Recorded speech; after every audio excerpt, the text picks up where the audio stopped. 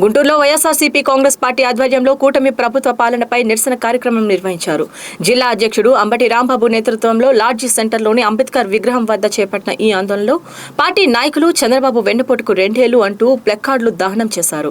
ఈ సందర్భంగా కూటమి ప్రభుత్వ పాలనపై తీవ్ర విమర్శలు చేసిన వైసీపీ నేతలు రాష్ట్రంలో అవినీతి అరాచకాలు పెరిగాయని ఆరోపించారు. అలాగే అధికార యంత్రాంగం తటస్థంగా వ్యవహరించాలని, ప్రజా సమస్యలపై ప్రభుత్వం సమాధానం చెప్పాలని డిమాండ్ చేశారు.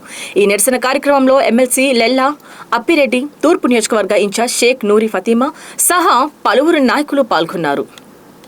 వెన్నుపోటుకి 2 ఏళ్లు అయింది అని చెప్పి ప్రజలు సంతోషంగా ఉన్నారు. అది ఇంకా 3 సంవత్సరాలు భరాయించాలి అని చెప్పి బాధ కూడా ఉంది. ఎందుకంటే ఈ కూటమి ప్రభుత్వంలో వీళ్ళు ఇచ్చిన మేనిఫెస్టోని ఈ రోజు మీకు కావడానికి కారణం ఏంటో తెలుసా? వాళ్ళు ఎలాగో డస్ట్బిన్ లో పడేశారు. డస్ట్బిన్ లో ఉన్న చెత్త ఎక్కడ తీసుకెళ్తారు? డంపింగ్ యార్డ్ దగ్గర తీసుకెళ్తారు. అక్కడ తీసుకెళ్లిన తర్వాత పేపర్లన్నీ ఉన్న చెత్తని కాలుస్తారు. ఆ పని మేము చేస్తున్నాం. ఎందుకంటే మీ డస్ట్బిన్ లో వేసిన మేనిఫెస్టోని మీరు పూర్తి చేయట్లేదు. మీరు పూర్తి చేయాల్సిన హామీలను, మీరు చెప్పిన హామీలు పూర్తి చేయాల్సిన బాధ్యత మీ మీద ఉండి కూడా మీరు ఈ రోజు వరకు కూడా ఏ ఒక్క హామీని కూడా పూర్తి స్థాయిగా కంప్లీట్ చేయలేదు. మరి ఈ కూటమి ప్రభుత్వంలో వీళ్ళు ప్రభుత్వాన్ని నడిపేది వాళ్ళ కోసం, వాళ్ళ అవినీతి అంటే వాళ్ళు జేబులు నింపుకోవడానికి, అలాగే అమరావతి ప్రాంతంలో వాళ్ళ భూముల్ని కాపాడుకోవడానికి తప్ప ప్రజల కోసం అనే మాట లేదు. కాబట్టి ఈ 2 రోజులు కూడా, నిన్న ఈ రోజు రాష్ట్రం మొత్తం కూడా వైఎస్ఆర్సీపీ పార్టీ వైఎస్ జగన్మోహన్ రెడ్డి గారి ఆదేశాల మేరకు ఈ కూటమి ప్రభుత్వం చేస్తున్న అరాచకం అని చెప్పి ఈ 2 సంవత్సరాలు చేసిన అవినీతి అలాగే అరాచకాన్ని ప్రజల్లోకి తీసుకెళ్లడానికి ఈ రోజు ఈ కార్యక్రమం చేపట్టాము. 2 సంవత్సరాల పరిపాలన అయిన సందర్భంగా చంద్రబాబు నాయుడు గారు ప్రజల్ని మోసం చేశాడు, చీట్ చేశాడు, ఇచ్చిన వాగ్దానాన్ని నిలబెట్టుకోలేకపోయాడు. ఏదైతే మేనిఫెస్టోలో పెట్టాడో ఆ మేనిఫెస్టోలో ఉన్నటువంటి కార్యక్రమాలను చేయలేదు కాబట్టి ఆయన మేనిఫెస్టోను దగ్ధం చేశాం. సూపర్ 6 అని బాండ్స్ ఇచ్చినటువంటి వాటిని కూడా దగ్ధం చేశాం. ఇవన్నీ కూడా చంద్రబాబుకు తెలియాలి.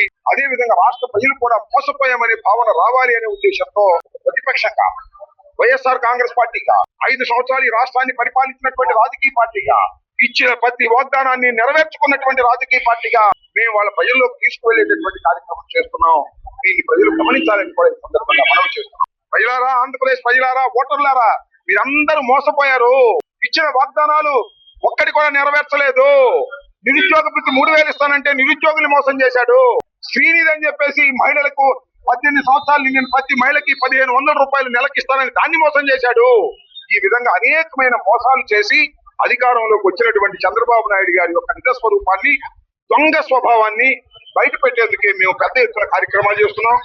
నిన్న కార్యక్రమాలు చేశాం, ఇవాళ కార్యక్రమాలు చేశాం. మళ్ళా 9వ తారీఖున గుంటూరులో పబ్లిక్ ఒక టౌన్ హాల్లో మీటింగ్ పెడతాం. 12వ తారీఖున పెద్ద ఎత్తున రాష్ట్ర వ్యాప్తంగా ఊరేగింపులు చేసేటటువంటి నిరసన కార్యక్రమాలు చేసే కార్యక్రమం చేస్తాం. ఇది ఒక షెడ్యూల్ ప్రకారం వైఎస్ఆర్ కాంగ్రెస్ పార్టీ నిర్వహిస్తాం. దీన్ని చూడలేక, సహించలేక పిచ్చి పిచ్చి మాటలు మాట్లాడుతున్నారు, దాడులు చేయడానికి ప్రయత్నం చేస్తున్నారు. మాకు 11 సీట్లను ఎగతాళి చేస్తారుగా. మరి అలాంటి జగన్మోహన్ రెడ్డి గారి అంటే ఎందుకంత భయం? జగన్మోహన్ రెడ్డి గారు బొమ్మ దగ్గరేసి మా ముక్కు పోగేటటువంటి ప్రయత్నం చేస్తున్నారు. ఇది సమంజసం కాదని కూడా ఈ సందర్భంగా చంద్రబాబు నాయుడు గారు చెప్తున్నట్టు వాళ్ళ పేపర్లో చూశారు. పుష్పచారం చేసే వారి మీదంతా కేసులు పెడతారు. మా మీద పెట్టాడు, పత్రికల మీద కూడా పెడతారంట, వీడియో ఛానల్స్ మీద కూడా పెడతా అంట. ఆయన భజన చేయాలి. భజన చేస్తే కేసులు పెట్టడు. భజన చేయకుండా వాస్తవాలు చెప్పారనుకో, ఇవన్నీ ఆ వాస్తవాన్ని కేసులు పెడతా అంట. కేసులు పెట్టవా? మీడియా మీద కేసులు పెడతావా? వాస్తవాలు చెప్పేటటువంటి కేసులు పెడతావా? ఎందుకంత భయం? మీడియాలో ఒక వాస్తవమో అవాస్తవం వచ్చిందనుకో, ఎందుకు భయపడుతున్నావు? నాకు అర్థం కాలేదు.